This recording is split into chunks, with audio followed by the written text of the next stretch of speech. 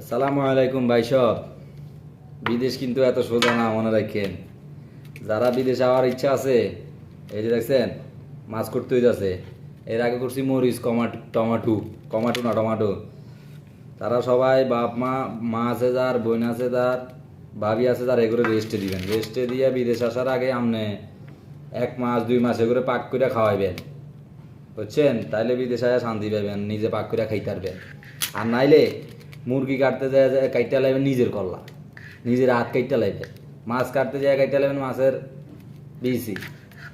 ওই কি কম বুঝেন নাই, এমন তো কষ্ট হয়েছে। দেখছেন মাছ কোবাই কাটতে হবে, কোবাই।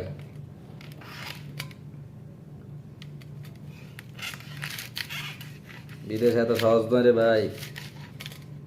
সহজ কিন্তু যাতে হারে হাতার লাই সহজ আর কি। আপনার নহাইলে আপনার লাই কঠিন, আর যাতে হাইব হাতার লাই সহজ সোজা। এখন আমরা যদি পাক করতে পারেন তা আপনার লেগে বিদেশ সহজ, সমস্যা নেই। আপনার লেগে সহজ, আর আপনি পাক যদি না করতে পারেন তা আপনার লেগে সহজ না, বুঝেন নাই? এভাবে মাছ কাটতে যায় এই সময় হাত কাটবেন, বুঝেন নাই? বিদেশ আইবেন সবাই ভালো কথা, কিন্তু রান্না বাড়া টুকটাক কিছু শিখায়েন,